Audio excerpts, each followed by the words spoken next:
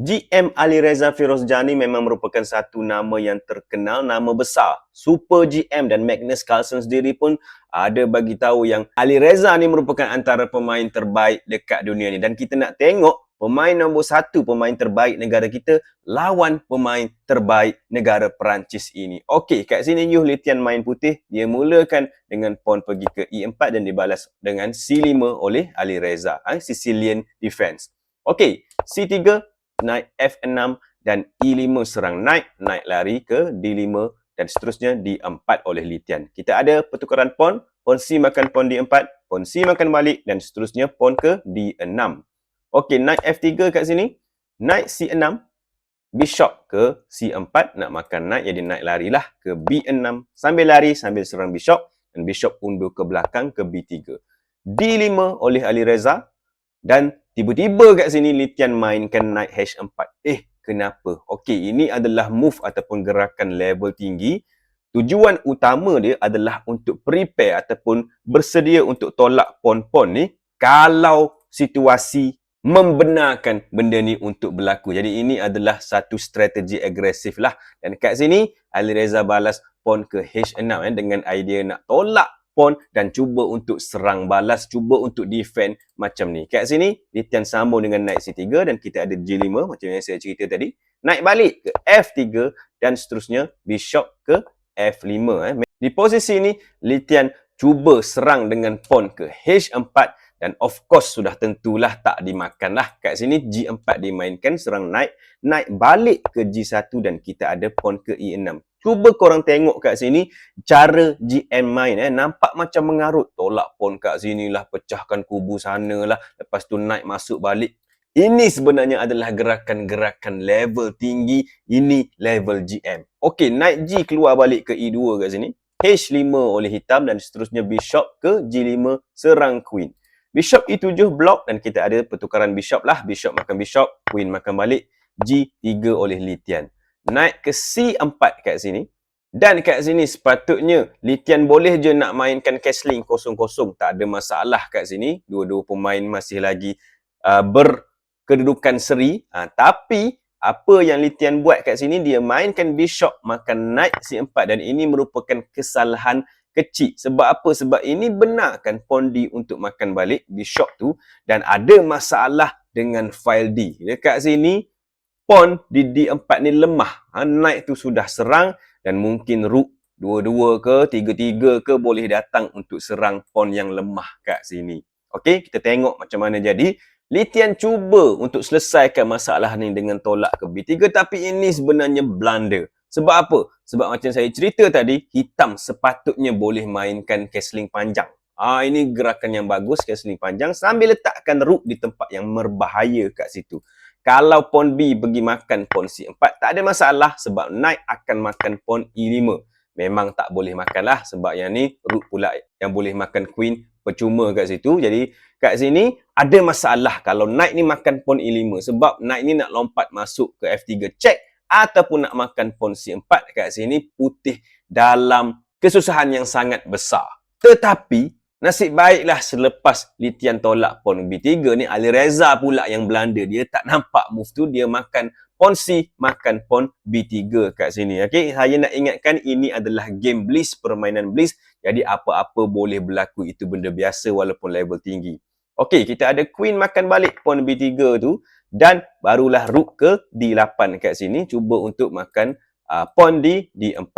Kat sini boleh je Litian nak defend pawn tu dengan knight pergi ke B5 sambil defend pakai knight kat sini dengan idea nak masuk ke D6 kalau boleh. Okey, queen boleh je pergi ke B4 check dan selepas queen makan queen, knight makan queen dengan idea nak masuk buat check, buat fork kat situ, serang king serang rook.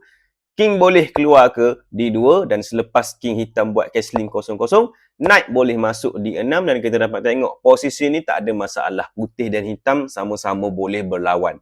Okey. Tapi selepas rook ke D8 kat sini, Litian kata tak ada masalah. Pawn tu dia nak bagi je, jadi dia buat castling 0-0.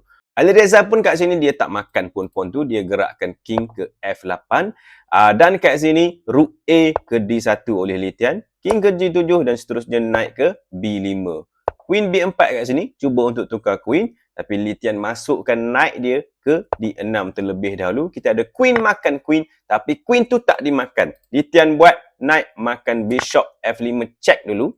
Bagi pawn E makan knight tu, dan lepas tu barulah dia makan balik queen tu. Okey, rook ke D5 oleh hitam dan kita ada F3, rook H ke D8 dan seterusnya pawn F makan pawn G4, pawn F makan balik, dan kita dapat tengok kat sini ada sedikit masalah. Bukan sedikit, banyak juga ni sebab ada 3 piece yang cuba untuk serang pawn D4, pawn lemah yang kita cerita tadi. Kat sini Litian tak banyak masa, dia ada beberapa belas saat sahaja, jadi dia mainkan rook ke F8 kat sini, cuba untuk serang balas makan pawn di H5. Dan kat sini Alireza tak makan pawn ni, tapi dia pergi makan pawn yang sebelah sini. Dan ini memang pawn percuma. Tak boleh dimakan lah sebab rook tu akan belanda pula kat belakang ni free, tak pasal-pasal. Jadi kat sini Alireza dah dapat satu pawn percuma.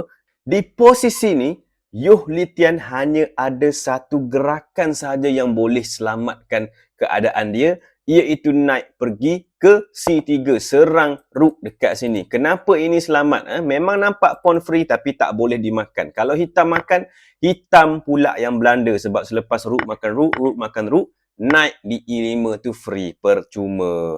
Jadi knight C3 adalah gerakan yang kena dimainkan oleh putih. Tapi disebabkan Iblis tak sempat nak fikir, jadi Litian telah belanda, dia gerakkan king ke F1. Kenapakah ini belanda? Sebab kat sini Alireza boleh buat satu move yang bagus. Alright, apakah move tersebut? Korang boleh pause video ni kat sini dan cari apakah gerakan yang hitam nak mainkan kat sini.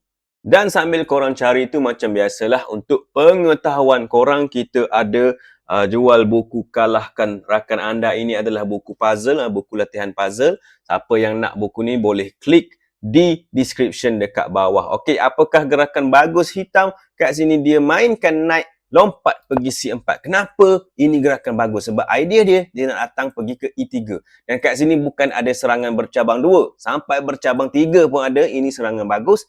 Dan dia juga buka serangan rook, nak makan rook kat sini. Memang knight tu tak boleh makan lah. Kalau pawn pergi makan knight, rook tu free kat situ. Jadi kat sini selepas knight ke C4, Litian mainkan rook makan rook D5 dan kita ada knight lompat pergi check di E3 terlebih dahulu. Paksa king lari ke E1 dan kita ada knight makan rook dan D5 kat sini. Kalau korang tengok, ya, memang hitam ada kelebihan satu pawn je, tapi kalau tengok posisi pawn putih tak berapa nak bagus dan king putih sedikit terdedah. Sebab tu posisi hitam sangatlah ada kelebihan. Okey, king D2 kat sini. Kita ada rook E8, rook C1 dan seterusnya B6, rook C6, rook D8 balik, knight ke C3. Cuba untuk tukar knight tapi tak nak. Knight hitam lari pergi ke E7 sambil serang rook. Rook lari ke C7 dan ini adalah belanda sebab Litian tak banyak masa, ada 3-4 saat je. Dah terbagi free pawn. Jadi rook makan je lah pawn free, orang bagi percuma. Terima kasih. Check. King lari ke E2 dan seterusnya knight ke F5 pula oleh Alireza, nak makan pula pawn ni. Kita ada rook makan pawn E7 dan kat sini knight makan G3 check. King lari F2, tak larikan knight tapi hitam mainkan rook D3 sambil kawal, sambil serang. Tengok cara GM main. Okey, knight lari ke B5, knight E4 check dulu, lepas king lari barulah rook makan pawn B3. Knight D4 kat sini serang rook, rook ke C3, rook B7. Nak makan pawn tapi tak kisah. Hitam kata dia boleh tolak G3, move yang bagus kat sini. Rook makan pawn B6 dan seterusnya rook C1. Kita ada knight ke F5 check. Dan kat sini tiba-tiba Alireza pula yang buat belanda sebab masa dia tak berapa banyak. Okey, sepatutnya dia larikan king dia ke G8. Ini move yang susah nak fikir kalau masa tak banyak. Tapi dia telah belanda dan dia larikan king dia pergi ke H7. Kenapa ini belanda? Sebab putih ataupun Litian boleh buat move yang bagus untuk dapat seri, untuk dapat draw. Macam mana? Dimulakan dengan rook ke H6 check di sebelah sana. King lari G8, knight boleh E7. King lari F8, knight boleh F5 prepare ataupun bersedia nak checkmate dekat H8. Jadi king kena lari keluar E8 dan kat sini selepas tu knight boleh masuk ke E3. Okey, kita tengok kat sini knight dah kawal petak tu, tak bagi pawn tolak dan ada serangan ke atas pawn H5, king akan datang nak serang juga knight dan juga pawn kat situ. Salah satu daripada pawn ni akan mati, dan bila pawn tu mati, tak cukup. Tak cukup guys untuk hitam menang walaupun dia ada lebih pawn di posisi macam ni.